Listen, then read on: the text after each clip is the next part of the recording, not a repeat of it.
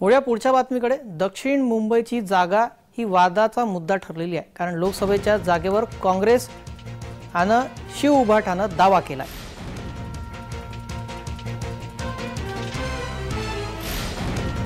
दक्षिण मुंबई सीट परंपरेने काँग्रेसकडे आहे आणि देवरा परिवार 50 वर्षापासून दक्षिण मुंबईची सेवा करत आहे। खासदार असो व नसो, मतदारसंघातील सर्व जनतेसाठी आमचे काम सुरूच असते। आम्ही कोणत्याही लाटेत निवडून आलेलो नाही। काम आणि नात्याने हा मतदारसंघ जिंकला आहे।